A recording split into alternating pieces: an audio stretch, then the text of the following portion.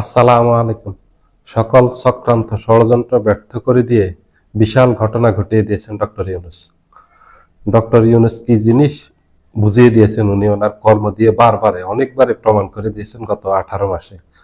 Doctor Yunus ওনার সাথে যে কোনো শক্তি পারবে না বাংলাদেশের এবং বিশ্বের কোনো শক্তি, এটা উনি আবারও প্রমাণ করে দিলেন। 5ই আগস্টের পর উনি যখন 8ই আগস্ট ক্ষমতা নিলেন, তারপরের থেকে দেশি বিদেশি অনেক চক্র অনেকবার ডক্টর ইউনূস সরকারের পতন ঘটানোর জন্য অনেক চেষ্টা করছেন, কিন্তু সকল চেষ্টা ব্যর্থ হয়ে গেছে। ডক্টর ইউনূসের সরকারকে পতন ঘটানোর জন্য একাধিক চেষ্টা করা হয়েছে। ভারত করছে এই ষড়যন্ত্রটা, আওয়ামী লীগ করছে। গত 17 বছর আওয়ামী লীগ যে প্রশাসন গড়ে গেছে সেটাই তো এখনো আছে। আওয়ামী লীগের প্রশাসনের উপরে তো বসে আছেন ডক্টর ইউনূস, এবং সামরিক বাহিনী যেসব কর্মকর্তা আছেন সিনিয়র, ব্রিগেডিয়ার জেনারেল, এগুলি সব তো হলো আওয়ামী লীগের গড়া, শেখ হাসিনার গড়া। এদের মাধ্যমে অনেক ষড়যন্ত্র হয়েছে ডক্টর ইউনূসের বিরুদ্ধে ব্যর্থ করে দেওয়ার জন্য। ভারত এবং আওয়ামী লীগ মূল কলকাঠি নেড়েছে। এটার সাথে বিদেশি আরো দু একটা শক্তি আছে, এবং আমাদের দেশি কিছু শক্তি আছে আভ্যন্তরীণ। সকল চক্রান্ত ষড়যন্ত্র ডক্টর ইউনূস ব্যর্থ করে দিয়েছেন। একাধিক চেষ্টা করা হয়েছে, ওনাকে একাধিকবার ব্যর্থ করার চেষ্টা করা হয়েছে, উৎখাত করার চেষ্টা করা হয়েছে, সব ব্যর্থ হয়ে গেছে। গত 18 মাসে 350-এর উপর শুধু আন্দোলন হয়েছে। এই আন্দোলনগুলো এক একটা ছিল ষড়যন্ত্র। এক একটা ষড়যন্ত্র হলো ইউনূস সরকারকে হটানোর জন্য, তাহলে আওয়ামী লীগ খুব দ্রুত রাজনীতিতে ফিরে আসতে পারবে, ভারত তার স্বার্থ হাসিল করতে পারবে। ভারত যা চাচ্ছিল, গত 17 বছর আমাদের স্বাধীনতার সার্বভৌমত্ব বলতে কিছুই ছিল না, সেগুলিকে যেভাবে লঙ্ঘন করছে শেখ হাসিনা, করে ভারতকে যেভাবে অবৈধ সুবিধা দিয়েছে, ঠিক ভারত সেই অবৈধ সুবিধাটাই চাচ্ছিল, ডক্টর ইউনূসের কাছে পাচ্ছিল না, পাত্তাই পাচ্ছিল না। এই জন্য ডক্টর ইউনূসের সরকারের বিরুদ্ধে ভারত আওয়ামী লীগ যৌথভাবে খেয়ে না খেয়ে ষড়যন্ত্র করে গেছে একের পর এক, এবং একের পর এক ব্যর্থ হয়েছে। শেষ ব্যর্থ হয়েছে, এবং ডক্টর ইউনূসের অনেক বড় সফলতা হলো এটা যে গুম কমিশন গঠন করা হয়েছে। এই গুম কমিশনে গঠন করতে দেয়নি। প্রথম এটা গুম কমিশন গঠিত হোক, এটা কোনো অবস্থাতে আমাদের দেশে সেনাবাহিনী চায়নি। সেনাবাহিনীর কারণ এখানে সেনাবাহিনী সিনিয়র অনেক অফিসার জড়িয়ে যাবে, তারা ফেসে যাবে। ডিজিএফআইয়ের সাবেক সকল ডিজি ফেসে যাবে। এই জন্য ডিজিএফআই 5 জন ডিজি পালিয়ে গেছেন, এরা সবাই সিনিয়র অফিসার। ডিজিএফআইয়ের একজন ডিজি হলো মেজর জেনারেল পদমর্যাদা, এরা সবাই মেজর জেনারেল, এরা সবাই পালিয়ে গেছেন। দেখেন দেশ থেকে কত বড় বড় রাঘব বল এই গুমের পিছনে কারা কারা ধরা পড়বেন। শেখ হাসিনা এটার পিছনে সরাসরি জড়িত, আসাদুজ্জামান খান কামাল সরাসরি জড়িত, তারেক আহমেদ সিদ্দিকী সরাসরি জড়িত, ভারত এটার সাথে জড়িত। আমাদের দেশের আরো সরকারি, সামরিক, বেসামরিক অনেক কর্মকর্তা, অনেক রাজনীতিবিদ এই গুমের সাথে জড়িত। এগুলি যেন এই কারা কারা জড়িত এই গুম করেছে এটার সাথে, এটা যেন কোনো অবস্থাতে প্রকাশ না পায়, এটার জন্য সর্বোচ্চ চেষ্টা করে গেছে ভারত, আওয়ামী লীগ, সেনাবাহিনী,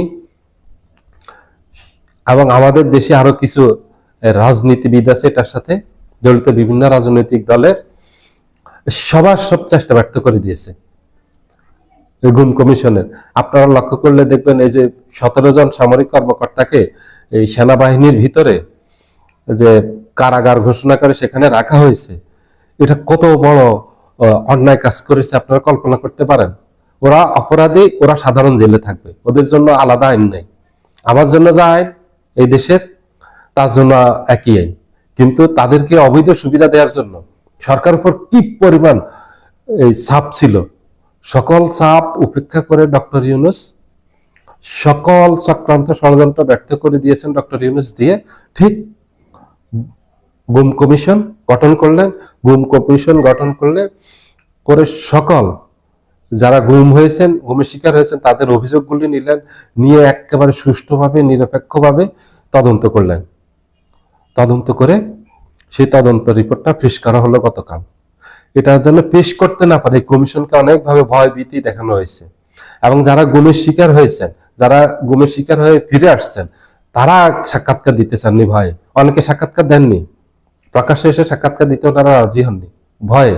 ওনাদের মাঝে একটা আতঙ্ক আজও আছে, কারণ ওনাদেরকে যেখানে গুম ঘরে রাখা হয়েছে, আয়না ঘরে, সেখানে যে অত্যাচার করা হয়েছে, এই ট্রমার থেকে ওনারা বেরিয়ে আসতে পারেননি। এজন্য এখনো ওনারা আতঙ্কিত, এখনো খুব ভীত, এখনো ট্রমার মাঝে আছেন। এই জন্য ওনারা ভয়ে কথাই বলতেছেন না, অনেকেই কথা বলেনি। তারপরেও ৬,০০০-এর উপর গুমের অভিযোগ আসছে।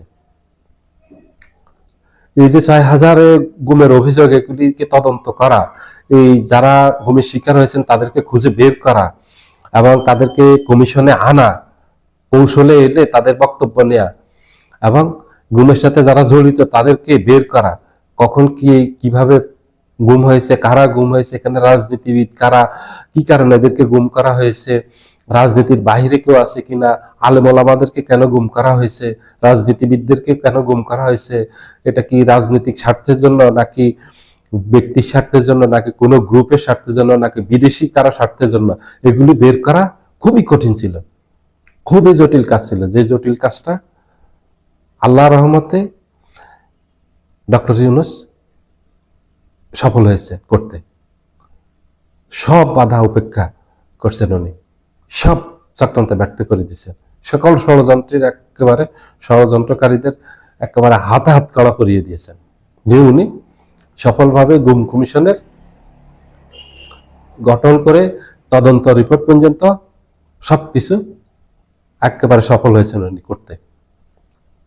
ওনাকে ব্যর্থ করার জন্য অনেক চেষ্টা করছে ভারত ওনাকে দুর্বল করার জন্য অনেক চেষ্টা করছে, কোনোভাবে ভারত পারেনি। কারণ এটার সাথে ভারত জড়িয়ে যাবে, ভবিষ্যতে ভারতের বিরুদ্ধে একটা প্রমাণ থেকে যাবে, আন্তর্জাতিক আদালতে যাওয়া যাবে এই প্রমাণ দিয়ে যথেষ্ট।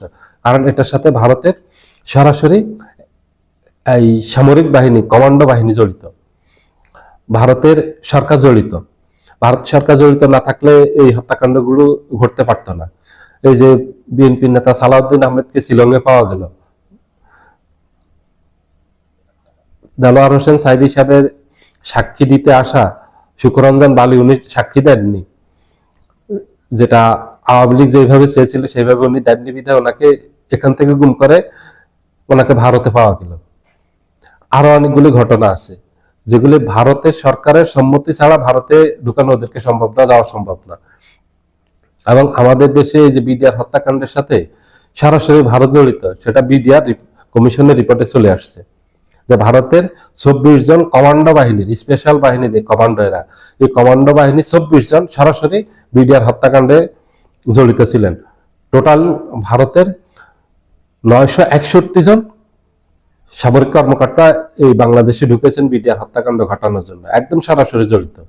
তো এই এভিডেন্সগুলি আছে, এগুলি ভারতের বিরুদ্ধে ব্যবহার করা যাবে, আন্তর্জাতিক আদালতে যাওয়া যাবে, যেটা হেগে অবস্থিত আন্তর্জাতিক ট্রাইব্যুনাল, সেখানে যাওয়া যাবে, ভারতের বিরুদ্ধে ব্যবস্থা নেওয়া যাবে।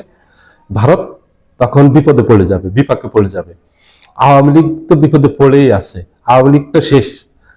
এই জন্য ভারত চেয়েছে, ভারতে আওয়ামী লীগ চেয়েছে, বাংলাদেশে ভারতের দোসর, আওয়ামী লীগের দোসর যারা আছে তারা ষড়যন্ত্র করেছে, এবং শেখ হাসিনার রেখে যাওয়া প্রশাসন অনেক ষড়যন্ত্র করেছে।